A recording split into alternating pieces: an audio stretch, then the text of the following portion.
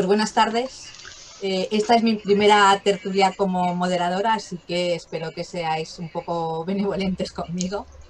Y me parece que es un día muy interesante, porque bueno, por fin hemos dejado los presupuestos del Partido Popular atrás esta mañana y empezamos un camino que será el que sea con las enmiendas que toquen, pero las enmiendas a la totalidad no han salido adelante, con lo cual el presupuesto del Estado, el presupuesto del Estado de la pandemia eh, empieza a caminar. Este presupuesto evidentemente es el más diferente de los presupuestos de lo que podíamos pensarnos el año pasado a estas alturas que acabamos de pasar unas elecciones, ¿no?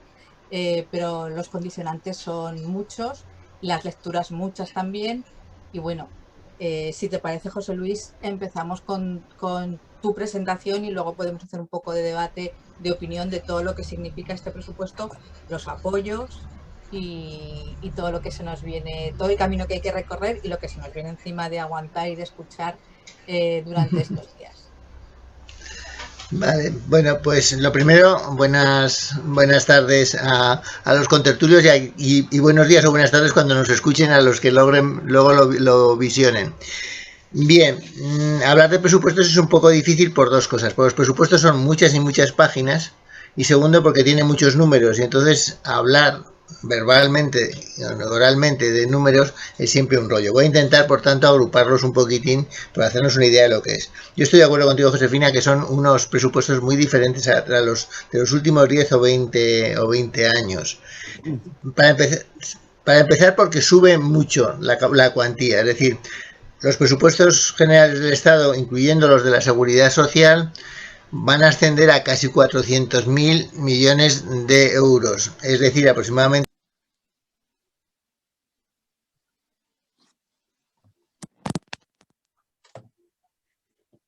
No sé vosotros. Yo no, no lo oímos. No. Se ha quedado sin. Julián le Vale. Vale. A ver, yo creo que ha sido Julián, sí. ¿Vuelvo? Sí. Vuelve. ¿Ahora me oís? Sí, sí. Se te oye. Empiezo, no sé lo que me habéis oído al principio. Bueno, lo que decía es, son unos presupuestos muy cuantiosos, suben un 33% respecto al año, respecto al presupuesto de Montoro que veníamos arrastrando durante 3 años, pero también lo fundamental es hacia dónde se enfocan. Como sabéis, la primera cosa que hay que decir es que es una apuesta por el futuro, es decir, la inversión pública vuelve a crecer tremendamente, vuelve a crecer casi hasta, se multiplica por 3 la cifra más alta que teníamos en los últimos 10 años, lo cual, como sabéis, actúa como locomotora en las épocas en que la inversión pública actúa como locomotora en las épocas en que hay un parón de la economía. La segunda cuestión que se apuesta también dentro de este futuro es por la investigación. Lo que hay para la investigación científica se ha multiplicado por 2, lo cual ocasionará bastantes problemas para poder llevarlo a cabo, porque todo el sistema que tienen ellos de concursos, de méritos, etcétera, de valoración, doblarlo va a ser difícil, pero bueno, lo harán, porque estarán acostumbrados a hacerlo. Pero luego lo que es el resto de la investigación también se ha multiplicado prácticamente por 2, la del I+D+I que se dice normalmente. En educación, que va a ser transferencias a las comunidades autónomas, también se aumenta un 70%, es decir, aunque pensemos que son los presupuestos de la pandemia, son mucho más que los presupuestos de la pandemia, porque como ha habido un parón económico, se está aprovechando este parón económico de acuerdo con lo que nos ha dicho la Unión Europea para transformar la economía, y por tanto los presupuestos van en esa línea. Pero evidentemente no se olvida el tema del gasto social. Habréis oído que todos los presupuestos dicen, y es verdad, que el gasto social aumenta respecto al año anterior. Os comento el truco. El truco es que las pensiones suben un poquitín, pero sobre todo suben por la gente nueva que se incorpora, con lo cual, evidentemente, ese efecto de las pensiones el año pasado eran prácticamente la mitad del presupuesto del Estado, y este año, pues prácticamente si sumamos las cifras del paro, también siguen siendo la mitad. Entonces, si sube, claro, eso, a lo que sea, supongamos que sube un 4 o un 5% por las nuevas incorporaciones, el gasto social sube, todos estos. Pero este año hay un matiz que es importante destacar. Por supuesto que suben las pensiones, pero suben también muchísimo los gastos sociales que no corresponden a pensiones o paro. Suben muchísimo, en proporción. parten de una cifra relativamente baja para el presupuesto, parten de una baja del orden de los 3.000 millones y suben casi a los 11.000. ¿A dónde va esto? Pues va a atender dependencia y va a atender muchas otras cuestiones que son políticas sociales que se están poniendo en marcha y a las que se les dota de dinero para que durante el año que viene puedan realmente ejecutarse. Porque como sabéis, los planes, si no hay dinero detrás en el presupuesto, no sirven absolutamente para nada. Y otra cuestión que es de destacar y que entra en relación con el dinero europeo es que también se multiplica por 5, de nuevo son cifras relativamente modestas, pero se multiplica por 5 la cantidad destinada a rehabilitación, a vivienda y a rehabilitación.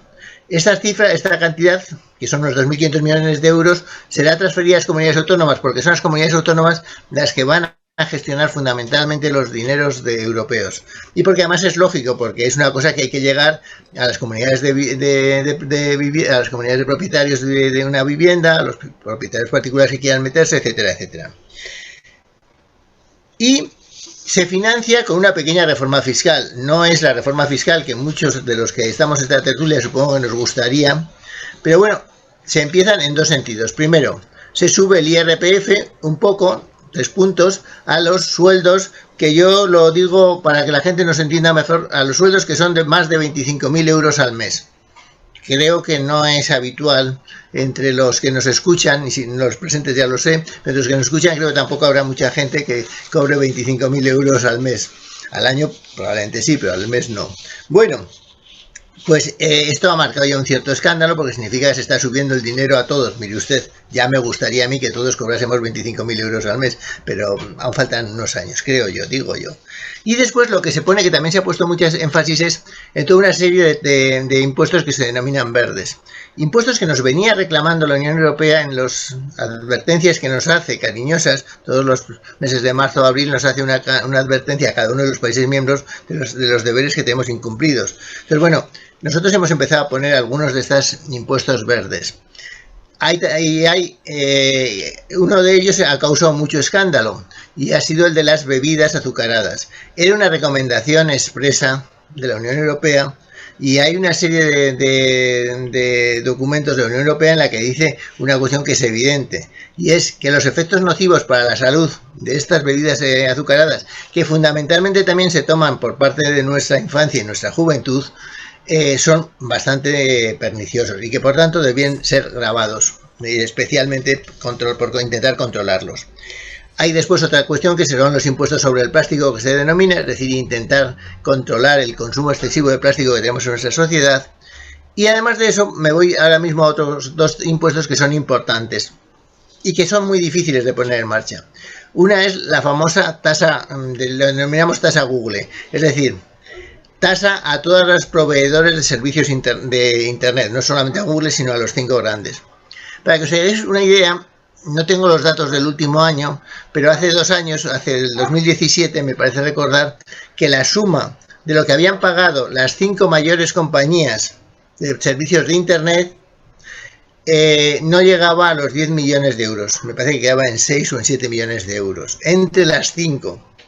Esto es algo totalmente absurdo, pero ya sabéis que el truco es que la empresa está situada en Irlanda, te factura a través de no sé dónde y acaba el dinero en una de las Islas Caimán o en donde sea. Bueno, entonces lo que se ha dicho es, bueno, sobre la tasa de negocios que están haciendo en España, paguen algo. Al final serán unos 700 o 800 millones de euros y implicará problemas gigantescos porque se supone que incluso el nuevo presidente americano nos replicará que tiene que defender a los suyos, etcétera, etcétera. Pero bueno, ya veremos lo que va ocurriendo. Y la otra tasa que se quiere poner en marcha es una tasa que mucha gente hemos reclamado desde hace muchos años, que es la denominada tasa Tobin. La denominada tasa Tobin, para los que nos están escuchando, es un ligerísimo y pequeñísimo impuesto sobre las transferencias de dinero especulativo que se producen día a día en el mundo. La cuantía de esta transferencia, para que os hagáis una idea, es que en un solo día, entre ordenadores, porque todas estas transferencias se hacen entre ordenadores, que van de bolsas a bolsas y de otros múltiples productos financieros que existen, bueno, pues en un solo día, la cifra que se maneja es del orden de 10 veces, 5, 7, 10 veces todo el comercio mundial de un año. Entonces, lo que se quiere hacer es controlar un poquitín eso, cobrando un 0,0, no me acuerdo cuánto es, sobre ello. Pero que evidentemente ocasionará que haya una cierta moderación de un tráfico que te puede alterar absolutamente cualquier moneda en cualquier momento. Bien. ¿Qué sucede con el déficit? El déficit es importante. En términos del PIB, que es como normalmente se viene a decir, vendrá a ser un 7%. En términos monetarios, eso quiere decir que nos acercaremos, no llegaremos, pero nos acercaremos a los 100.000 millones de euros. ¿Qué ventaja tenemos? Que este gobierno sigue teniendo la confianza en los mercados internacionales, hasta niveles que la opinión pública normalmente desconoce. Es decir, cuando el Estado español pide dinero en los mercados, si lo pide a menos de 5 años, devuelve menos dinero del que le prestan. Es decir, la tasa de interés es negativo. Si, por ejemplo, le prestan 100.000 euros, devuelve 99.000, lo que sea. Pero no llega ni siquiera, después de haberlo empleado 5 años, no llega a devolver lo que le han prestado. Y si ya pedimos a más largo plazo, evidentemente nos cobran un poquitín. En el caso de pedirlo a 30 años, se está cobrando en estos momentos el 1%. Lo cual quiere decir que no hay problema para financiarlo y que el coste es totalmente asumible. Porque si ese dinero que cogemos al 1% a 30 años, vamos a suponer que lo damos directamente como pensiones o como lo que queramos darlo, sencillamente la economía que empieza a generar más las tasas los impuestos que hay sobre esa economía, porque evidentemente la gente lo va a gastar y va a ser un 15 o el 20% de IVA, lo que dependiendo del producto que esté comprando, etcétera, etcétera, a lo largo de todos esos años genera muchísimo más dinero de impuestos que lo que inicialmente se ha dado, porque aquella persona, que el comerciante que lo compre, volverá a comprar, que lo haya vendido, perdón, el producto, volverá a comprar, etcétera, etcétera, y por tanto es una cadena que es, digamos que al infinito, aunque no sé si llegará al infinito, pero bueno, es muy larga. Por tanto, no existe ese problema en estos momentos. En otros momentos lo tuvimos, es cierto. Tuvimos el hecho de que los mercados no prestaban al Reino de España. En estos momentos prestan tranquilamente. De tal forma que los intereses de la deuda que tenemos que pagar, por tanto, cada año que los presupuestos del Estado van disminuyendo bastante. Bueno, el resumen es que son unos presupuestos diferentes totalmente a los anteriores, no solo por la cuantía, que lo es, sino por cómo se han distribuido, que apuestan realmente por el futuro, que es en línea con este futuro con las recomendaciones de la Unión Europea, es decir, digitalización, modernización de la economía, ir a no depender del petróleo ni del carbón, etcétera, etcétera, y que recogen lógicamente el tema de los más necesitados. Y se me ha olvidado una cuestión dentro de los más necesitados, que por supuesto que hay una partida muy importante para la modernización del sistema sanitario. Entonces yo creo que son realmente unos presupuestos buenos, son unos presupuestos progresistas, y son unos presupuestos que yo creo que están bastante próximos al programa con el que hace menos de un año se formó el gobierno de coalición. Evidentemente no son lo que hubiese querido en ese momento, lo que estaban pensando en ese momento los que firmaron, sino los presupuestos adaptados a dos nuevas realidades: la pandemia y la ayuda de la Unión Europea, que en este año vamos a gastar 30.000 millones de ella. Son muchos datos, pero lo siento, no hay otra forma de hablar de presupuestos.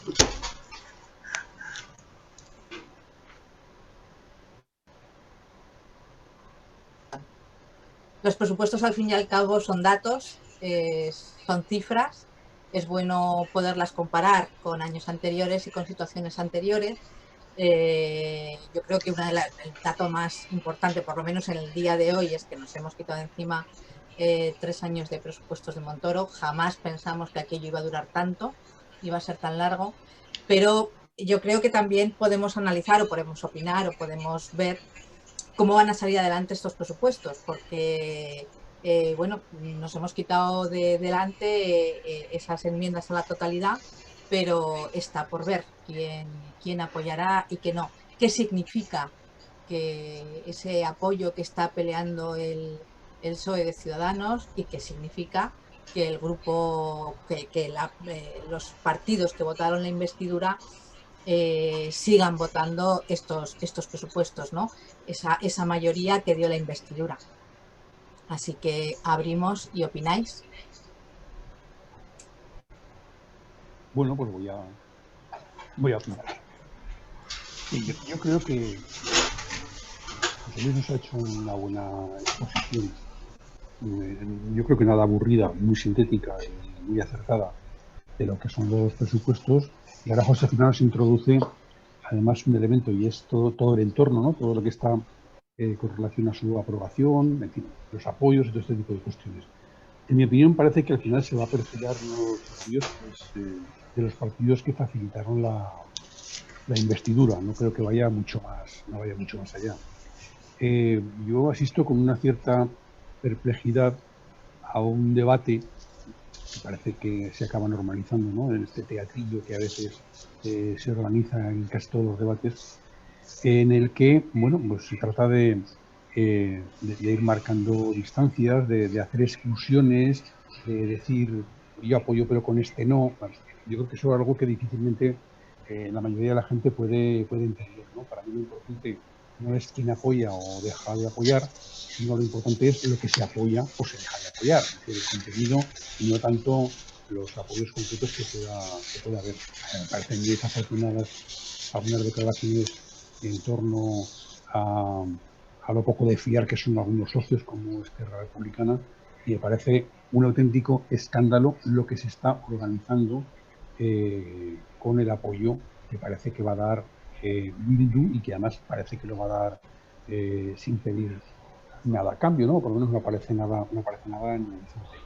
Y ahí sí que me parece que es importante matizar alguna cuestión, porque creo que la oposición de derechas en este país está jugando muy sucio, está agitando, está elevando mucha tensión, está llevando cosas al panorama del debate, vamos, de una manera absolutamente irresponsable. Entonces yo creo que con Bildu sí que habría que recordar alguna cuestión, ¿no?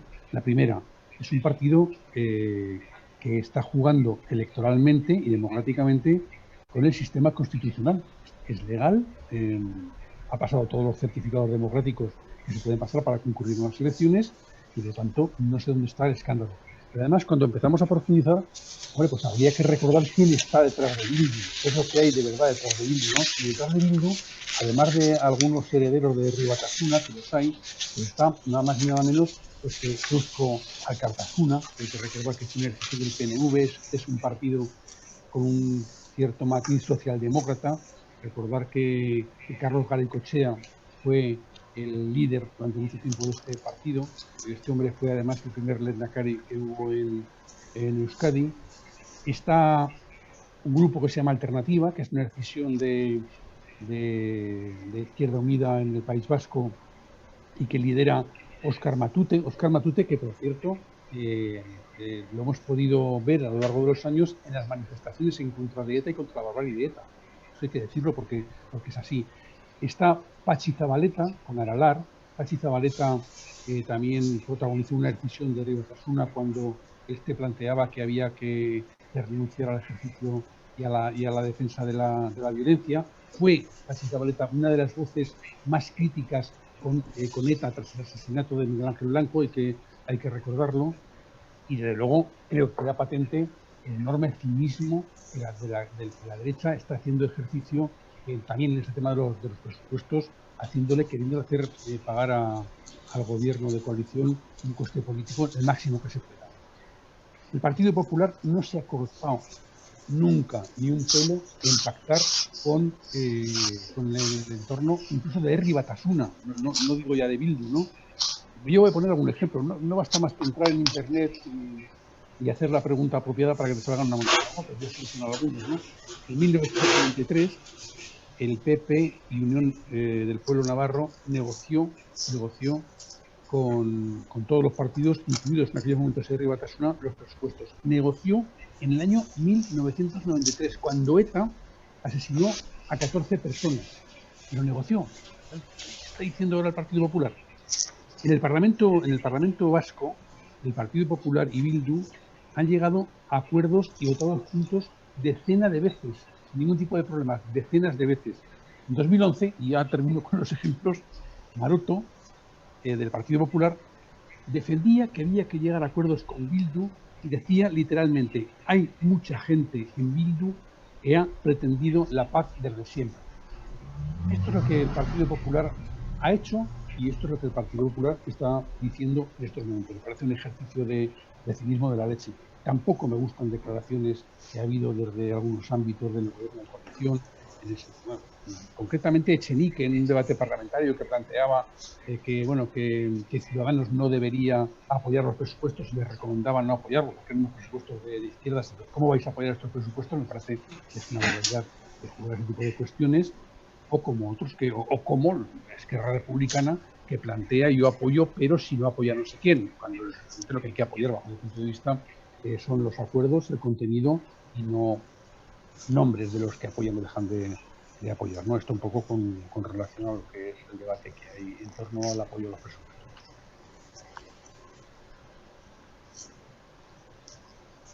¿Y quién más? Yo sí que intervengo. Hay una realidad, la exposición que ha hecho José Luis sobre los presupuestos es muy acertada, brillante. Incluso yo creo que exponerlos todos es complicado porque hay algún aspecto también positivo en infancia, juventud, educación, que también han incrementado. Es decir, los presupuestos que han presentado y que han pasado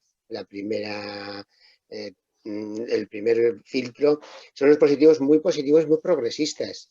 No solo dejamos atrás del Partido Popular, sino que son los más progresistas que yo he visto en los últimos años, o creo que en toda mi vida política, porque veo que hay grandes avances sociales de verdad, no como el truco que decía José Luis, de cómo se avanzaba en España socialmente. Ahora hay que plasmarlos, ¿no? Porque tenemos una experiencia con el ingreso mínimo vital y alguna otra experiencia que la mecánica de la administración está siendo muy limitada a la hora de poner en práctica aquello que se acuerda, ¿no? Pero bueno, lo solucionarán.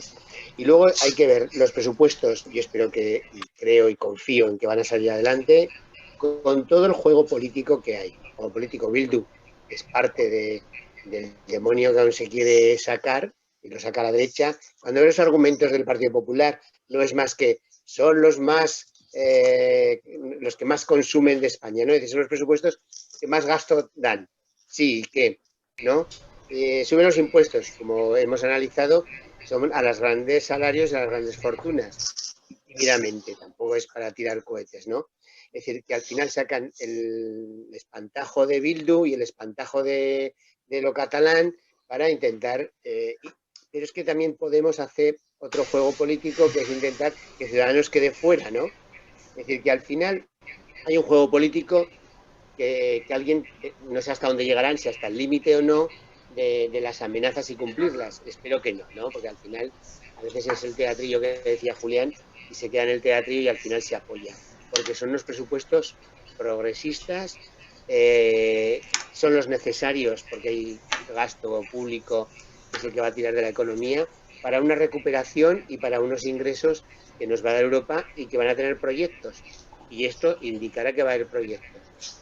Y también nos dejan mucho en las manos de las comunidades autónomas cuáles van a ser esos proyectos de recuperación y tendrán que ponerse las pilas todos, el Estado, incluidas las comunidades autónomas. Entonces, yo diferenciaría, y a mí me gustan mucho los presupuestos y que se haya pasado el primer filtro y todas las enmiendas a la totalidad hayan quedado relegadas, y eso es que le han dado el Parlamento una bofetada a la derecha y a la extrema derecha, y eso es algo muy positivo y es un buen mensaje para el resto de Europa y para Bruselas. Y hay que seguir adelante. Y luego que el otro se quede en teatrillo porque unos y otros quieren expulsar de este momento de recuperación económica y que incluso varones del PSOE también juegan a ese movimiento de Bildu ¿no? Es decir, que yo no sé cómo Ferran estará cómodo o incómodo, pero tienen que tirar hacia adelante con los presupuestos independientemente del teatrillo de los varones, de la derecha y de Esquerra, ¿no? Esta es mi opinión. Muy contento con que pasen, y yo no pensaba que iba a ser tan fácil plantear estos presupuestos y a la primera de cambio pasarlos con una mayoría holgada, ¿no? Yo, de hecho, creo que había miedo escénico, ¿no? Lo hemos estado viviendo estos meses, aparte de vivir el confinamiento y la pandemia, esa sensación de que cuando se presentaran sus primeros presupuestos iba a haber mucho medio escénico. A mí me parece que está habiendo por las dos partes, en este caso por el PSOE y Podemos, escenificación de quién quieren que sean los socios preferentes. El PSOE le está haciendo más guiños a Ciudadanos y Podemos está haciéndose al resto del arco parlamentario, sobre todo a Bildu y a Esquerra, pero me parece que tiene bastante de teatro y sinceramente creo que no suma en este momento el que muevan el balde hasta ese punto. Venimos de una moción de censura de Vox que yo creo que nos dio bastantes arcadas a todos, pero se situó bastante bien el arco parlamentario donde se quedaba Vox y al PP no le cuesta nada pactar con Vox y aquí estamos viendo con pinzas si los partidos que apoyaron a este gobierno está bien o no está bien que apoyen los presupuestos. Yo creo que es hora de... Que es verdad, ¿no? Que la actualidad consume muchísima información todos los días, vivimos en un bucle permanente donde todo el mundo está opinando, las redes sociales, los líderes políticos necesitan dejar su información en cada segundo, pero yo creo que tenemos que ser capaces de sobrepasar este debate porque se va a envenenar. O sea, el tema de Bildu, no sé cuántas veces dijo en la moción de censura el candidato ETA, pero yo creo que como 50.000, pues supongo que ahora volveremos en el debate de las enmiendas a escuchar no Bildu sino ETA otras 50.000 veces. ¿Alguien más? Sí, me gustaría hacer un pequeño apunte.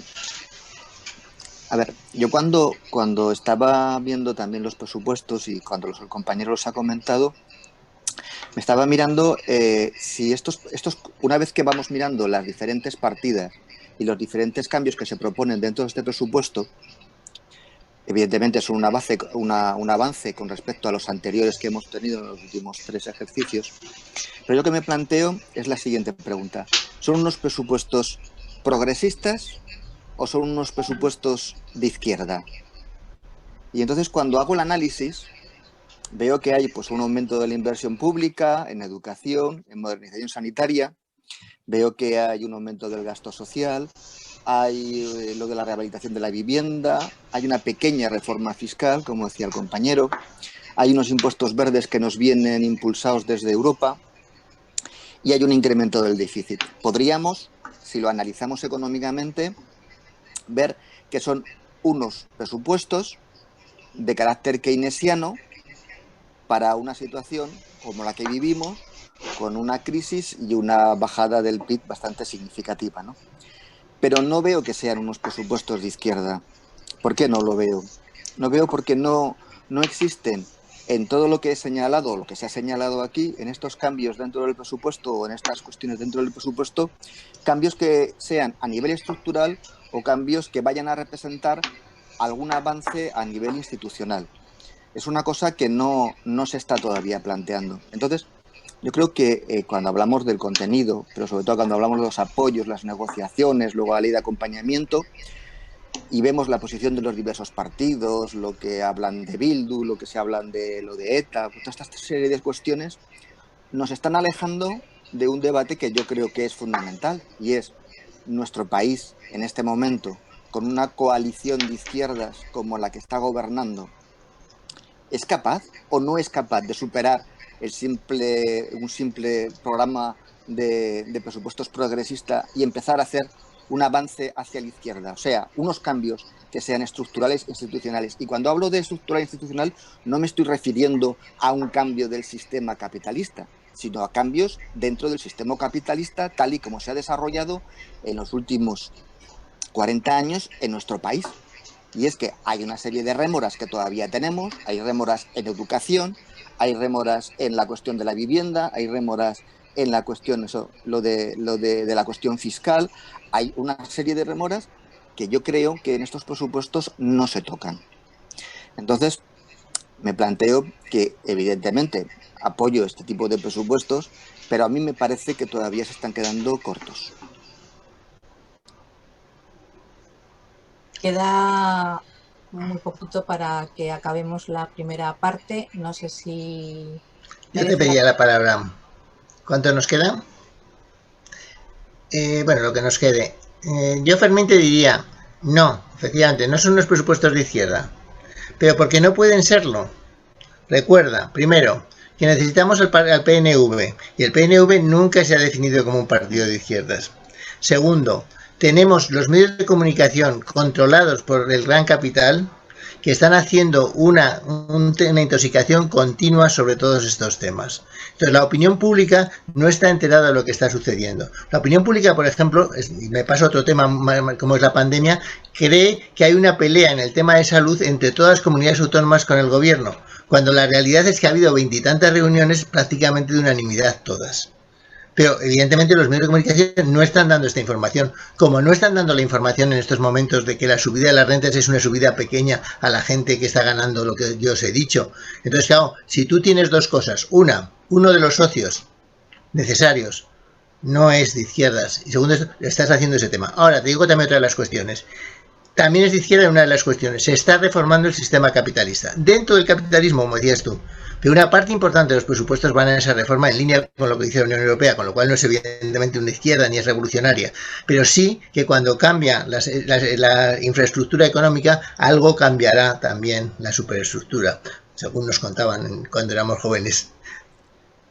Más lo veo un cambio keynesiano que un cambio de estructuras aquí, al menos en el análisis del presupuesto.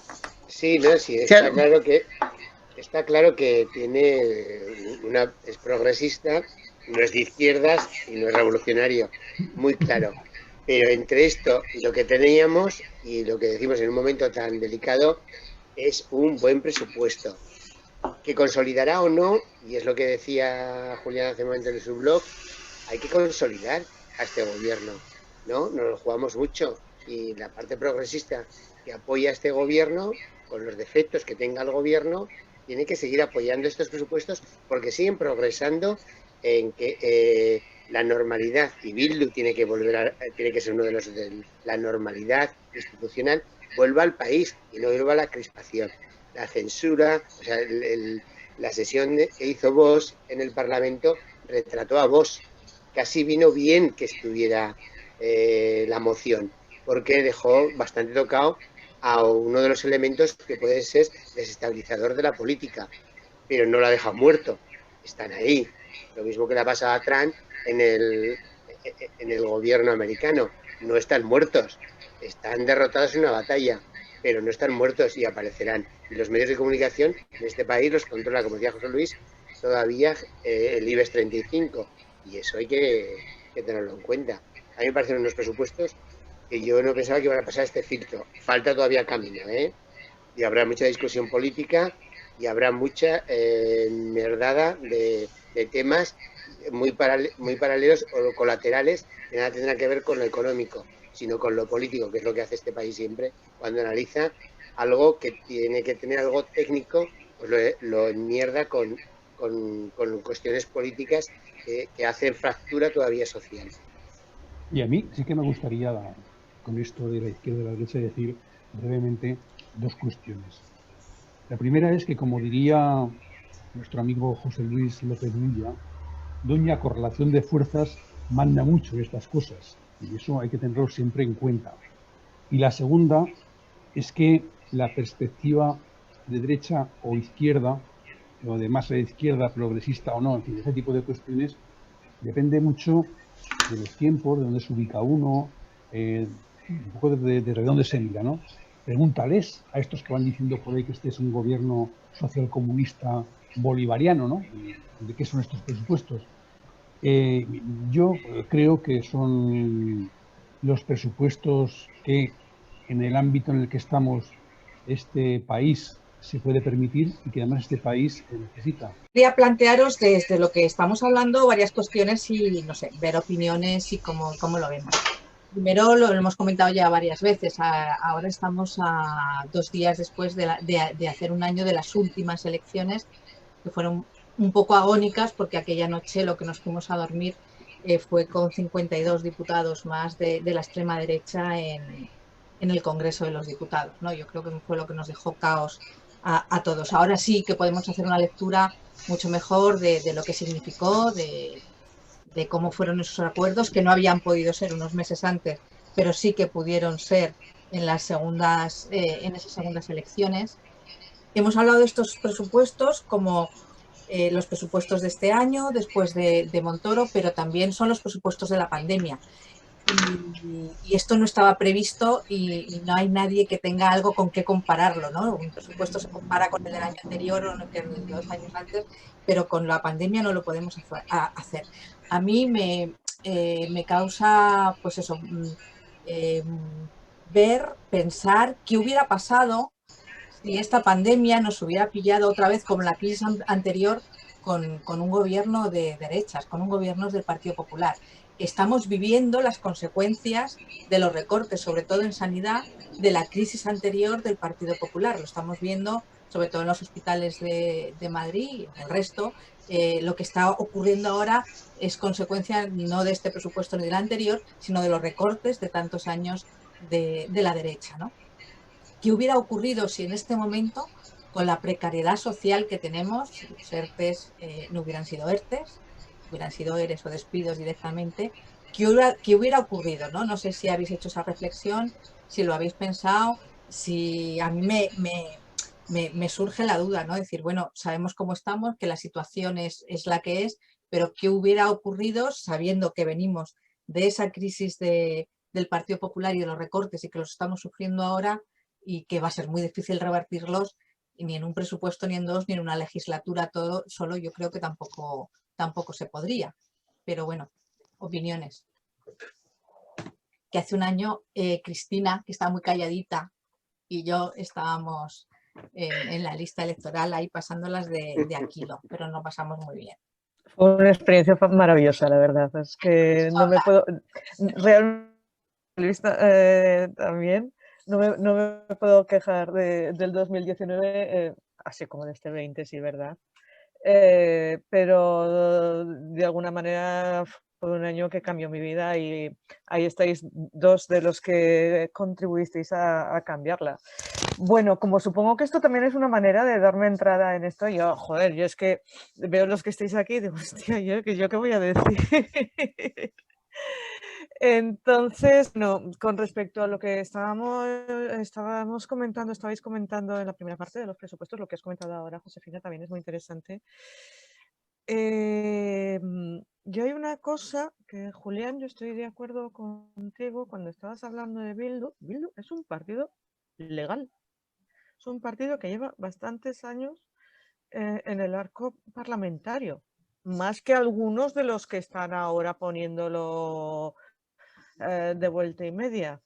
Que hay un señor, un líder que ha sido encarcelado y tal, pero que ha cumplido su condena y como tal es una persona perfectamente libre. Podremos coincidir en la ideología o no, pero es una persona perfectamente libre. Ya está. Que todos los condicionantes de todo lo que agrupa Bildu están ahí y bueno, pues están representando una parte de la sociedad vasca que existe y que necesita su representación, porque lo contrario ya lo conocemos y no nos ha gustado nada. ¿Vale? Hablábamos también de Esquerra. Bueno, pues Esquerra es lo que es. A veces también choca un poco a mí me chocó decir, bueno, pues que estuvieran ahí, pero hay que reconocer que yo desde mi punto de vista los veo como muy responsables y de hecho Rufián nos está regalando de las mejores intervenciones que hay en el Parlamento en esta legislatura. Hay muy pocos parlamentarios con los que yo me quedaría, muy pocos. Y a veces, Josefina, casi agradezco que no saliéramos, porque yo tenía un peligro muy gordo de haber estado ahí y me hubiera dado algo. Pero es que se pueden contar con los dedos de las manos los buenos parlamentarios. Lo que es el Parlamento ahora es una merienda de negros y es cosa menos Parlamento, menos política, menos todo, ¿no? O sea, menos educación. Ahí Joan Baldoví tiene mucho que decir también. En cuanto cuanto al terminar con los presupuestos de Montoro, yo solamente puedo aplaudir, que además realmente si nos hubiera pillado, como decías ahora, la pandemia con un gobierno de derechas, habría sido terrorífico para la sociedad. Y hay una cosa que es que la gente no tiene en cuenta o no lo sabe muy bien, o no sé si se ha explicado muy bien, o a lo mejor yo pienso que no, ¿no? Pero es la primera vez, yo llevo 25 años de autónoma, es la primera vez que yo he recibido unas ayudas. En ninguna crisis, mira que lo hemos pasado mal, que lo pasamos mal en el 2008. En ninguna de las anteriores crisis nadie se ha acordado de nosotros, al contrario, nos han dado más. Esta es la primera vez que dicen, bueno, pues vamos a hacer un sistema para que puedan, todos los que han tenido un bajón de ingresos, pues puedan tener unos ingresos y tal. Eso jamás había pasado. Y eso apenas se habla. Al contrario, Ciudadanos enarbola la bandera de los autónomos y no sé lo que habría hecho en este caso, ¿vale? O sea, eso también es una cosa positiva y que hay que agradecer a tener un gobierno progresista. Hablando de Ciudadanos también, yo me pregunto, en mi ignorancia, porque yo lo pongo por delante, este equilibrio que estabais hablando antes, de que el Partido Socialista como que inclinaba la balanza hacia un apoyo de Ciudadanos, mientras que Podemos inclinaba la balanza más hacia el apoyo de los nacionalismos de izquierda. Si no estaremos en esa balanza viendo por detrás algún tipo de esta escenografía que estáis hablando, de preparación por si se rompen los pactos autonómicos, viendo lo que hay con Vox, si hay un cambio de balanza y está preparando eso. El PSOE. No tengo ni idea, se me ha ocurrido que podría haber algo ahí.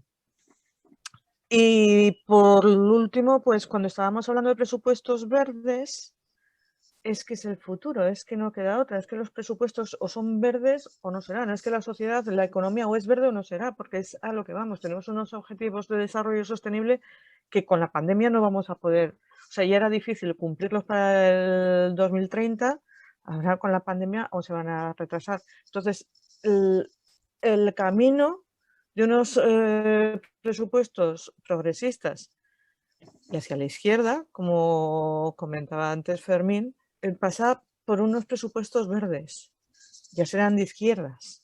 No podemos hacerlo todo de golpe, piano, piano, va lontano, que se decía. Y no sé, estas son unas poquitas reflexiones que tenía. ¿Seguís? ¿Alguien más reflexiona en voz alta?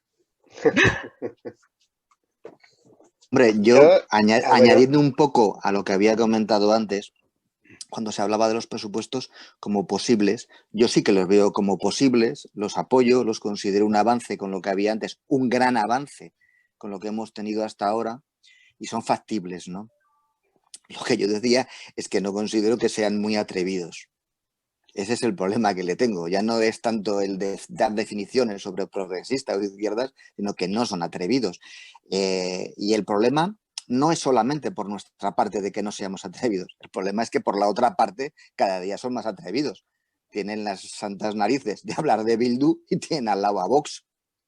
Y les da igual, y no tienen ningún tipo de problema. O sea, que yo digo, no, pero es que no es que hagan acuerdos, es que gobiernan gracias a Vox. O sea, están gobernando, pues eso, toda Andalucía, están gobernando Madrid, están gobernando una serie de cuestiones gracias a Vox. Y no les da, y no tienen ningún tipo de problema. Por eso digo, utilizo la palabra de atrevidos, porque yo a la otra parte cada día la veo más atrevida.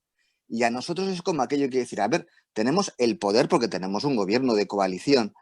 Tenemos pues un montón de partidos que se ponen de acuerdo.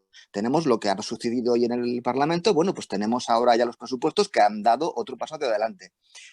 Pero todavía estamos como aquello mirando con esa postura de decir, Dios mío, ¿qué me van a hacer ahora? ¿No? Y de, bueno, pues como no empecemos a ser nosotros atrevidos, los otros cada día van a ser más atrevidos. Y luego había otra cosa... Perdona. Sí, perdona, acabo solamente, que yo también sí que veo que el PSOE, más que una escenificación colaborando con Podemos, es una escenificación de ellos mismos, porque sí que veo que sí que creo que ellos han tabulado, han mirado a ver sobre qué podría pasar tanto en Madrid como en Andalucía si Ciudadanos hace de repente un cambio. Y claro, es que el poder es el poder, porque una cosa es tener el poder a nivel nacional, pero si consiguen el poder tanto en Madrid como en Andalucía, bueno, es que arrasaban, ¿no? Entonces imagino que sí que están jugando bastante esa baza. Oye, Fermín introducía un elemento que a mí me parece importante, y es el atrevimiento, ¿no? El atrevimiento en estos momentos, del que en estos momentos está haciendo gala la derecha, pero fijaros, y el poco atrevimiento que parece que hay desde lo que es el ámbito progresista o de izquierdas. Pero fijaros que a mí me está preocupando, y mucho además, no tanto el atrevimiento que se pueda producir en los partidos que están en el teatrillo del que hablamos a veces, ¿no?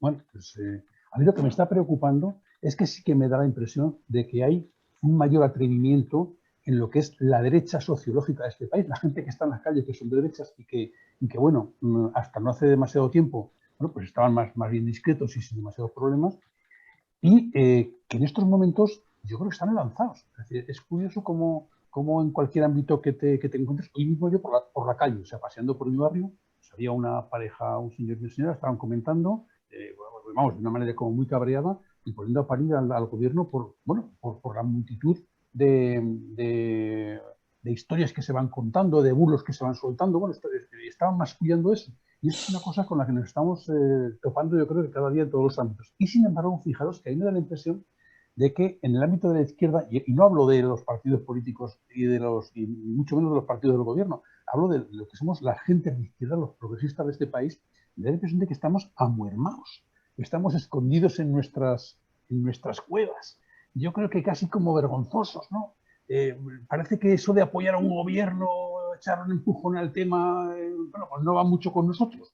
Entonces, a mí me está chocando y me está preocupando eso, ¿no? Un cierto relanzamiento, atrevimiento, decía Fermín, de lo que es las gentes de derechas en este país, los conservadores de este país, y cierto retraimiento de la gente de izquierdas, que parece que estamos allí, pues eso, amuermados, o que nos da corte y vergüenza, y en fin, eso sí que me preocupa, porque eso puede tener repercusiones muy serias en el futuro más inmediato de este país. Hola, buenas.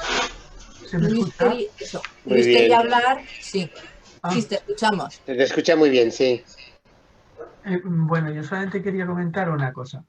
Nos encontramos con el primer gobierno en la historia reciente que no ha tenido los 100 días de gracia desde que empezó la legislatura. Me está preocupando mucho que nosotros reconocemos la labor y el trabajo que realiza el gobierno, pero vemos que las encuestas, por otro lado, están dando una subida a la derecha, mientras que la izquierda está bajando. Lo que quiere decir que el mensaje de la derecha está calando en una parte importante de la población.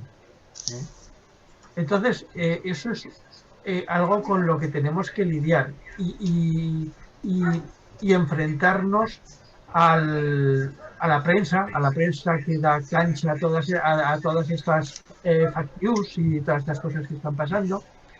Luego, no hay una presencia en la calle, que entiendo que con la situación que estamos viviendo, creo que estamos todos un poco atados de pies, de manos, con miedos, y la verdad, yo lo tengo y hace mucho tiempo que no participo en ninguna actividad en la calle ni nada.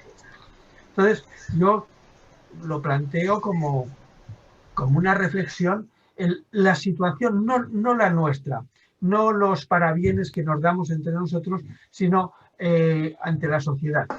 Eso es todo. No sé si se me ha oído bien o no. Sí, se ha oído muy bien. Que me decía que funcionaba bien mi micro. Venga, muchas gracias. Perfectamente.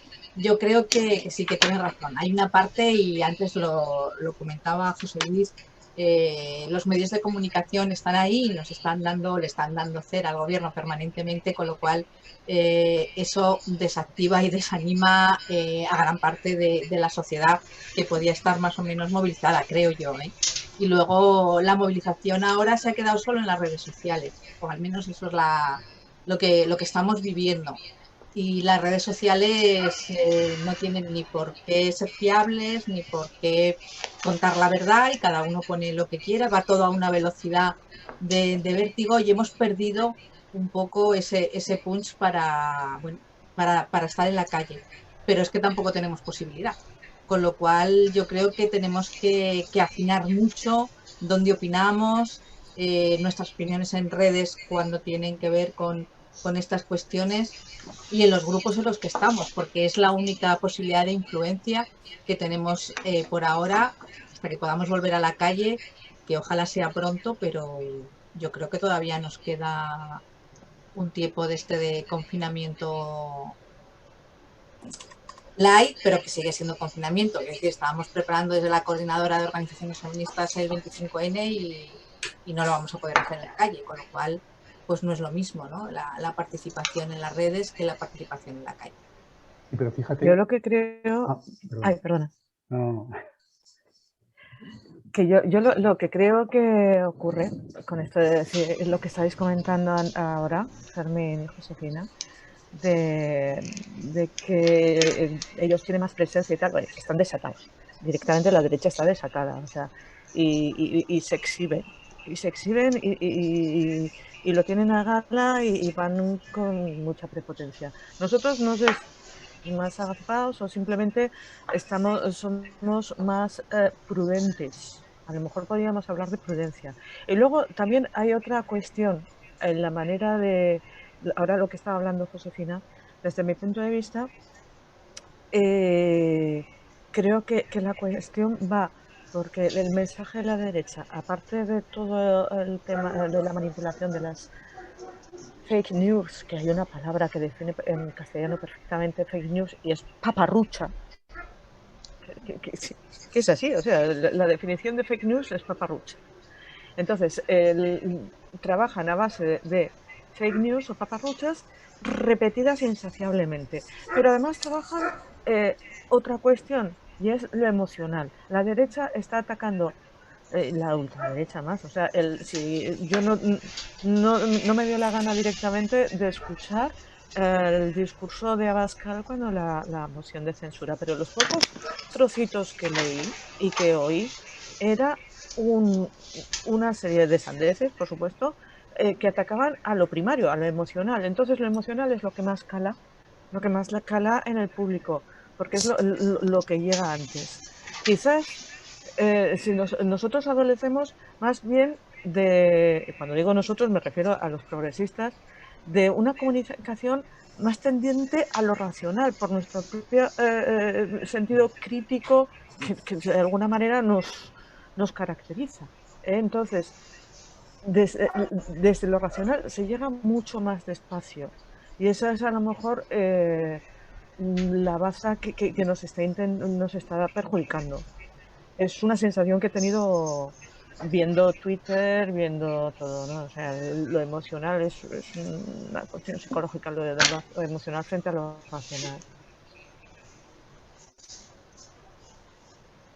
Yo creo que eso siempre es así, y que el problema es que el mundo progresista del Estado español está contenido, ¿no? Y que bueno, pues estamos dejando de alguna manera que estos Doberman ladren todo lo que les dé la gana. Es que no me he querido contener, querida. Bueno, venga, seguir opinando al respecto, que quiero dar una pincelada de fuera de lo que estamos hablando, pero yo creo que todavía le queda recorrido, si queréis opinar sobre lo que estamos hablando. Pues si no opina Juan Carlos, opino yo. Vamos a ver, habías hecho una pregunta, Josefina. ¿Qué hubiese pasado si la pandemia hubiese sido bajo un gobierno del Partido Popular? No hay que imaginar nada. Tenemos Madrid, un gobierno de coalición, PP, Ciudadanos. Ahí lo tenemos. Eso hubiésemos tenido en toda España. hubiésemos tenido una falta de respuesta, hubiésemos tenido una serie de promesas incumplidas, voy a contratar a no sé cuántos mil médicos, voy a contratar a no sé cuántos rastreadores, voy a contratar, y nada de hacer detrás, porque además no olvidemos que en estos momentos la persona que está de presidenta en Madrid lo está porque el señor Casado quiso expresamente y dio un golpe de mano para conseguirlo. Pero bueno, está también Ciudadanos de Segundo, de a bordo, y está tolerando también eso. Luego, no tenemos ni que hacer ninguna imaginación ni perspectiva de que hubiese sido nada, lo tenemos ahí. Segundo, yo algunas cosas que habéis dicho las retomo a un tema que es la siguiente. En estos momentos, más que la lucha, Fermín, por la izquierda, yo creo que tenemos que mantener la lucha en España y fuera de España por la democracia. Porque yo creo que la democracia está en un peligro bastante grande. ¿En qué estoy pensando en estos momentos? Primero, en la sustitución de la política por la política que yo llamo identitaria, pero que podríamos traducir por tribus. Es decir, en estos momentos lo fundamental es que mi tribu tiene razón. Y las tribus se mantienen, las tribus... Las tribus... Estoy hablando, sí, se ha perdido la conversación, es que yo estoy en medio del campo y el internet se nota. ¿Me oís o no? Sí, perfectamente. Perfecto, vale. Y sigue que estabas muy bien. Creo que era el otro micrófono que está entrando. Bien, perfecto, vale. Bueno, perfecto no, pero bueno. Yo decía que en el tema de la democracia teníamos... Espera, que me cuesta ahora retomar el hilo. Estaba en las tribus, sí. Es decir, tenemos en estos momentos una política en la que hay que se basa en atacar al contrario a base de mentiras, de verdades o lo que sea. Entonces, en ese sentido, a mí me parece que por una vez el PSOE está haciendo bien en el tema de intentar atraer a Ciudadanos a un campo más del centro, porque nos es vital que no haya esta separación de izquierdas y derechas si queremos mantener este tinglado democrático. Y el PSOE históricamente ha jugado con el Partido Popular a resucitar las dos Españas, que es una de las cosas que más daño ha hecho a este país, incluyendo guerras civiles, bastantes. Recordar que bastantes, recordar las del siglo XIX también, que son guerras civiles por la misma historia. Entonces, yo creo que es muy positivo que sea ese tema. Y tenemos que recuperar lo que es la democracia. Es decir, que la democracia significa, y enlazo con lo que decía Julián, que cuando un partido, aunque hubiese sido un partido que ha empuñado las armas, abandona las armas, la democracia está diciendo, y nuestra Constitución dice claramente, que se puede defender cualquier cosa dentro de los cauces democráticos, incluida la reforma de la Constitución. Y por cierto, Vox puede defender querer cambiar 30 artículos de la Constitución. En sus famosas 100 medidas de un gobierno, había 30 artículos de la Constitución que eran violados. Pero por lo menos que lo diga. Quiero hacer una reforma de la Constitución de toda esta serie de artículos. Empezando por el artículo segundo, famoso, que tanto defienden y que se olvidan de que el artículo segundo, cuando habla de la unidad de España, en la misma frase, no ya en el mismo artículo, en la misma frase, habla de las autonomías, que se quiere negar. Y entonces, claro, de pronto resulta que como lo de las tribus funciona así, ese partido, otro partido, el PP, considera que le puede poner la etiqueta de constitucionalista. Manda narices, y otra expresión que empleaba un presidente anterior de las Cortes del Congreso de los Diputados, sería más apropiada, pero no conviene decirla. Vale, manda narices. Entonces, estamos en una cuestión en la que el tema democrático yo creo que es muy importante. Por eso a mí me gusta mucho también defender la postura que está teniendo el PNV. Decías antes, Cristina, y es verdad, que Rufián es un buen parlamentario. Yo creo que hay un parlamentario que todavía está siendo mejor, y esto es opinable, que es el de PNV. Es decir, el del PNV, independientemente de que puedas estar más cerca o menos de él, que normalmente estamos muy cerca de él, es un cristiano demócrata con una serie de ideas sociales de la derecha, pero con ideas y con una defensa de la democracia bastante clara. Entonces yo creo que esto es un acervo tremendo el que tenemos para la democracia. Y yo a veces recuerdo una frase que dijo Felipe González, que cogió de una persona que yo no recuerdo ya quién es, y es que no sé si recordáis que unas veces en el Europarlamento un eurodiputado que provenía precisamente de la zona próxima a ETA le interpeló en la típica historia. Y Felipe González contestó muy calmadamente y dijo: mire usted, le voy a contestar sencillamente con lo siguiente. Si usted estuviese en el gobierno de Madrid, yo no podría ni siquiera estar aquí. Y la democracia consiste en que yo no comulgo para nada con sus ideas, pero sí con el derecho que tiene usted a venir aquí y expresarlas, siempre y cuando sea a través de la palabra y siempre y cuando a través de la democracia. Yo creo que eso lo debemos intentar defender, porque si no, al final estamos acabando en las peleas tribales, y las peleas tribales a garrotazos hay que abandonarlas.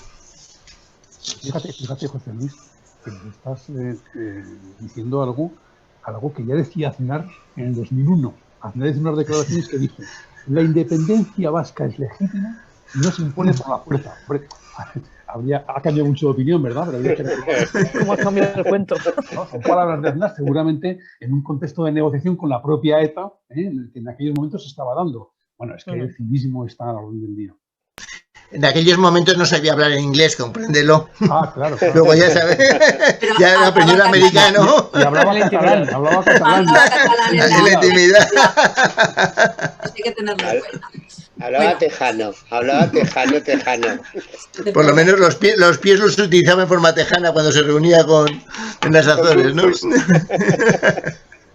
Pues hablando de que está en riesgo la democracia, que yo lo comparto, y que esta tarde el condado de Maricopa, cosa que no sé... ¡Oh, Maricopa! La cantidad de dolores de cabeza que te ha dado el maldito condado de Maricopa durante estas semanas en Arizona. Bueno, como lo veis, ¿no? Ahí tenemos, estamos hablando de Vox, que es hablar de Trump, que es hablar de ese movimiento populista de la extrema derecha que está invadiendo el orbe. Y bueno, ya sé que se excede un poco de nuestros debates, pero yo creo que todos hemos estado, todos y todas, muy pendientes estos días de qué pasaba con ese burro azul y con ese elefante rojo de los demócratas y los republicanos, ¿no? Cómo iban creciendo los números y bueno, quien asume o quien no asume que ha perdido, ¿qué creéis que va a pasar? Pues lo primero decir que ya que es un horror americano, ¿no? Son todos de derechas, por lo menos los que se presentan a las elecciones, y los que son un poco más de izquierda usan el color azul, y los que son más de derechas usan el color rojo, ¿no? Bueno, son raros, la primera referencia. Son hasta republicanos, los de derechas. Es muy raro, es elegir entre los malos y los menos malos. Mi padre es un hombre de la Comisión Obrera del Metal de toda la vida, de Marcelino, de Madrid, se le está yendo al hombre la memoria. Entonces, así de una forma muy lenta, pero todavía tiene. Y mi madre pues estaba alegrando, ¿no? De ese momento de, mira, Antonio, que parece que van a ganar. Y el hombre dijo, da igual, ahí son todos de derechas. O sea, hay cosas que todavía... que todavía tiene claro. Da igual, son todos de derechas. Pero bueno, sí que creo que hay una diferencia importante entre que sea uno u otro el que llegue a la Casa Blanca. La cuestión será si Trump está dispuesto a dejar la Casa Blanca o no y qué consecuencias va a tener. Yo, en mi opinión, yo no lo tengo claro. Me da miedo. A mí, bueno, me da miedo que Trump tenga tantos millones de votos. Me da miedo que decir que la sociedad americana está dividida, aunque sean de derechas todos, que seguro que no lo son tan de extrema derecha como es Vox y como es Trump, pero el problema que tiene ese país es que está ahora dividido en dos y está teniendo unas reacciones en principio violentas por parte de la extrema derecha, que en estos momentos no se está manifestando la situación violenta. Es posible que Trump acabe teniendo que aceptar la derrota porque el sistema americano, lo que es lo que sería aquí la jerarquía, le impondrá, y el ejército ya lo hizo, que no quiso o le manifestó la imposibilidad de salir a la represión del movimiento en defensa de las agresiones a los negros. Entonces, yo creo que va a tener más tranquilo de lo que uno o que lo que Trump desearía el cambio. A mí lo que me preocupa es los millones de votos que tiene, y esa división no solo se da en Estados Unidos, porque ha calado, como vemos, en el resto del mundo. Y la pandemia además ha ayudado a que cale más todavía en el resto del mundo. Y ese es un problema que vamos a seguir teniendo en Europa. En algunos sitios con más violencia y en otros con menos violencia, pero lo que decía José Luis es que en estos momentos la democracia está en juego. estaba en juego en Estados Unidos, la han ganado, pero fijaros qué victoria, ¿no? Que aún está por discutir quién va a ser mayoría en las cámaras. Y, o sea, que ha sido una victoria pírrica, escasísima, imposible de gestionar. Y eso va a ser un problema para el que gobierne, que va a ser el demócrata, pero va a ser un problema para él. Y va a seguir calando el discurso de Trump o de los Trump del mundo en el resto, en Europa, sobre todo, va a seguir Putin, van a seguir, y eso es un problema para la democracia. Por eso la defensa de la democracia y que Europa saque músculo con la defensa de la democracia y que haga este tipo de políticas de inversión pública para tirar del gasto es importantísimo, y en esa línea hay que situarse en el lado progresista, que es lo que estamos nosotros, más allá de que los presupuestos sean de izquierdas y sean muy de izquierdas y tal. Es decir, hay que defender la democracia en un momento de crisis que está por ver cuándo saldremos de esta crisis. La vacuna todavía es una quimera y será una quimera sobre todo para el mundo pobre, ¿no? Para cómo llegará al tercer mundo y a otros sitios. Y por lo tanto, los problemas que tiene el mundo hoy no cambiarán porque los presupuestos de España sean más progresistas o más de izquierdas. Por lo tanto, yo creo que la defensa de la democracia, muy acertado José Luis, es lo que es fundamental en el mundo, digo, porque vamos a seguir teniendo problemas de migración, de problemas de pobreza, vamos a seguir teniendo los problemas que el mundo tiene. Y esperemos que en España, cuando decíamos hace un momento qué hubiera pasado si hubiera gobernado el PP, pues muy bien José Luis acierta en que lo de Madrid es un ejemplo de lo que hubiera ocurrido. Pero si además si hubiera estado Vox en el gobierno, que no lo sabemos si hubiera podido ocurrir, que Vox podía haber querido estar en el gobierno, hubiéramos tenido una situación no solo precaria económicamente, ¿no?, sino que además hubiéramos tenido, con ese atrevimiento que decimos que tiene, agresiones de verdad a la democracia. Agresiones de verdad a la democracia, ya no te digo a inmigrantes y a colectivos desfavorecidos. Por lo tanto, bienvenido sea que un año después, que parece una eternidad, en una situación muy precaria y no esperada, este gobierno haya tenido políticas progresistas, no digo de izquierdas, progresistas, que hayan tenido capacidad de gasto y de compromiso de gasto social. Y existen las filas del hambre, pero ha sido muy importante que este gobierno haya estado, y que también haya estado Podemos, sobre todo la ministra de Trabajo, a la que ya sigo por mi oficio, ¿no? Pero muy importante. Y por lo tanto yo digo, lo de Trump es muy preocupante por la cantidad de millones de votos que mantiene, por lo menos esa ideología, que los mantiene en Europa y que lo importante es la defensa de la democracia. Sí, yo creo que no. Me da la impresión de que no va a haber demasiados problemas. Yo creo que Trump es un fanfarrón de colegio o un fanfarrón de barrio, y que al final se plegará. Yo creo que un país como Estados Unidos, que sigue siendo hegemónico en lo que es en el mundo, en el globo terráqueo, no puede permitirse este tipo de lujos, no se lo van a permitir. Yo creo que habrá una transición y ya está, ¿no? Y yo, de luego, manifestar mi enorme alegría por la victoria de Biden, ¿no? Una enorme alegría. Nos quitamos del medio a un tipo que, bueno, a pesar de que todas sus fanfarronadas no las lleva a cabo, como todos los fanfarrones de barrio, entraña un peligro serio.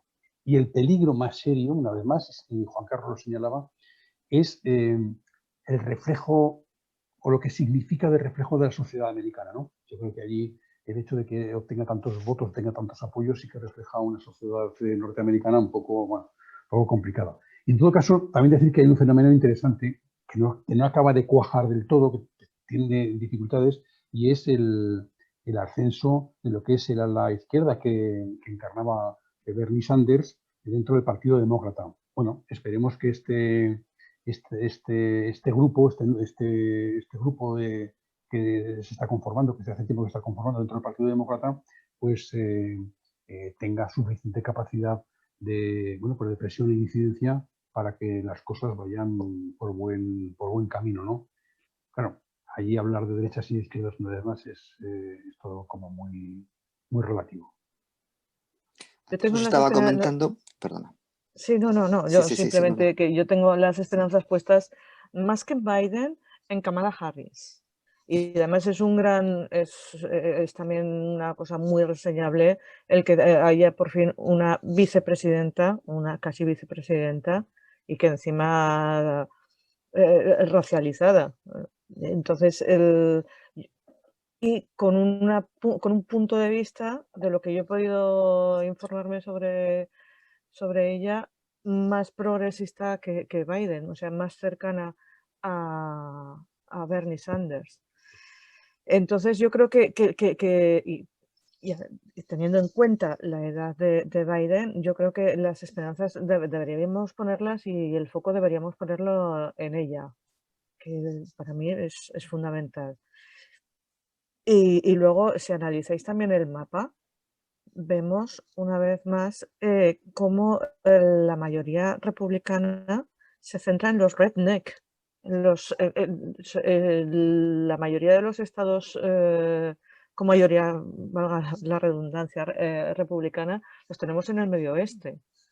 O sea, ambas costas son más demócratas. Y la América profunda ha vuelto a votar republicano y además en masa, eso que decías. Y vale, Pero Fermín, perdona, que te he interrumpido. Si No, analizas un poco más esa forma de votación, ¿no? de la América profunda y de lo que pasa en las costas, también llegas o por lo menos yo creo que llegas a la conclusión de que es el voto urbano y el voto rural. Y eso no solamente lo vive en Estados Unidos, aquí también lo podemos ver, ¿no? El cómo se comporta el voto en las grandes ciudades y cómo se comporta en el mundo rural, no se comporta de la misma manera y ellos lo están sufriendo. Bueno, nos vamos a terminar ya. Fermín, que el pobre luego... Ay, perdón, es que nos queda un minuto. Sí, solamente quería hacer el apunte de que antes os comentaba que los que tenemos enfrente son atrevidos, pero yo creo, y me reafirmo además por lo que hemos estado comentando, que nosotros somos ingenuos, muy ingenuos. Fijaros que las diferencias que puede haber en democracia únicamente poniéndonos el foco en Europa, que en Francia o en Alemania o en otros países han estado durante varias décadas haciéndole un círculo para que no pasara a la ultraderecha. Aquí ha durado 0 días. Nuestra derecha no ha planteado ninguna barrera. O sea, veamos que hay diferencias bastante considerables. Yo creo que en España hoy la democracia es de izquierdas. Un apunte solo rápido. Yo pondría en cuarentena a Biden. Ningún presidente de los Estados Unidos me ha alegrado tanto. El único con el cual he tenido simpatía, y duró poco, fue, ay Dios, ahora se me ha ido el santo al cielo, Jimmy Carter. Jimmy Carter creo que ha sido el único que ha sido sensato a la hora de trabajar de cara al exterior y ha sido un hombre para mí de paz, entre comillas. Por los demás, la verdad no guardo estoy hablando desde mi existencia, no guardo ningún recuerdo grato de ninguno. A lo mejor un poquito